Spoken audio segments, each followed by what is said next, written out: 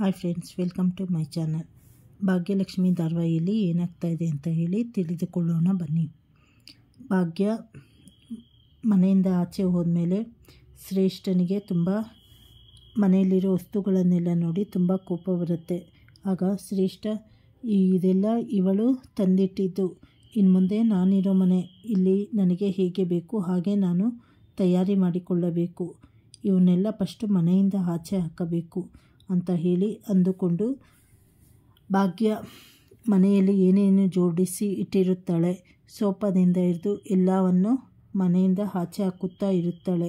ಹಾಗೆ ಈ ಫೋಟೋಗಳು ಇನ್ನು ಮುಂದೆ ಇವಳ ನೆನಪು ಸಹಿತ ಈ ಮನೆಯಲ್ಲಿ ಇರಬಾರದು ಅಂತ ಹೇಳಿ ಶ್ರೇಷ್ಠ ಎಲ್ಲವನ್ನು ತೆಗೆದು ಬಿಸಾಕುತ್ತಾ ಇರುತ್ತಾಳೆ. ಹಾಗೆ ಫೋಟೋಗಳು ಅವರ ಕುಟುಂಬದ್ದು, ತಾಂಡವ್, ಭಾಗ್ಯ, ಮಕ್ಕಳು, ಅವರ ತಂದೆ ತಾಯಿ ಎಲ್ಲವನ್ನು ಬಿಸಾಕುತ್ತಾ ಇರಬೇಕಾದರೆ ತಾಂಡವ್ ಬರುತ್ತಾನೆ. ಏನು ಮಾಡ್ತಾ ಇದೀಯಾ ಶ್ರೇಷ್ಠ ನೀನು ಅಂತ ಹೇಳಿದ್ದಕ್ಕೆ, ತಾಂಡವ್ ನೋಡು, ಇವೇನು ಬೇಡ ಫೋಟೋಗಳು, ಇನ್ನು ಅವರೇ ಇಲ್ಲ ಅಂದಮೇಲೆ ಇವೆಲ್ಲ ಯಾಕೆ ಬೇಕು ಹೇಳು, ಅದಕ್ಕೆ ಭಾಗ್ಯನೇ ನಮ್ಮ ಬದುಕಲ್ಲಿ ಇನ್ಮೇಲೆ ಇಲ್ಲ ಅಂದಮೇಲೆ ಅವಳ ನೆನಪು ಏನು ನಮ್ಗೆ ಯಾರಿಗೂ ಇರಬಾರ್ದಲ್ವ, ಅದಕ್ಕೆ ಎಲ್ಲವನ್ನು ಎತ್ತಿ ಬಿಸಾಕುತ್ತಾ ಇದ್ದೀನಿ ಅಂತ ಹೇಳಿದ ತಕ್ಷಣ ತಾಂಡವ್ಗೆ ತುಂಬ ಕೋಪ ಬರುತ್ತೆ.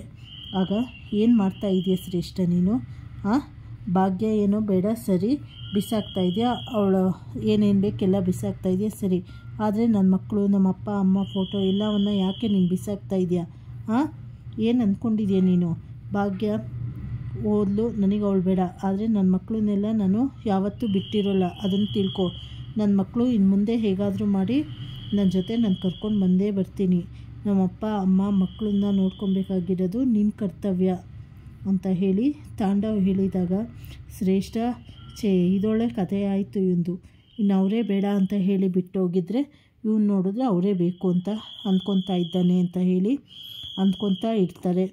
ಆದರೆ ತಾಂಡವ್ ಮುಂದೆ ಏನು ಮಾತಾಡೋದೆ ಸರಿ ತಾಂಡವ್ ಅಂತ ಹೇಳಿ ಸುಮ್ಮನೆ ಆಗ್ತಾಳೆ.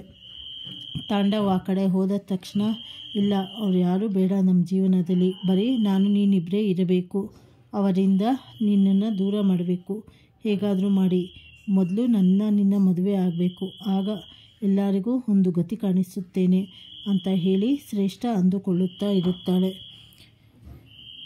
ಹಾಗೆ ತಾಂಡವಿಗೆ ತನ್ನ ತಪ್ಪು ಅರಿವಾಗುತ್ತಾ, ಭಾಗ್ಯ ಮಕ್ಕಳಿಗಾಗಿ ಮತ್ತೆ ಬದಲಾಗುತ್ತಾನ ಅಥವಾ ಎಲ್ಲರನ್ನ ಕಳೆದುಕೊಳ್ಳುತ್ತಾನ ಅಂತ ಹೇಳಿ ಮುಂದಿನ ಸಂಚಿಕೆಗಳಲ್ಲಿ ತಿಳಿದುಕೊಳ್ಳೋಣ. ಚಾನಲನ್ನು ಲೈಕ್ ಮಾಡಿ, ಶೇರ್ ಮಾಡಿ, ಸಬ್ಸ್ಕ್ರೈಬ್ ಮಾಡಿ. ಧನ್ಯವಾದಗಳು.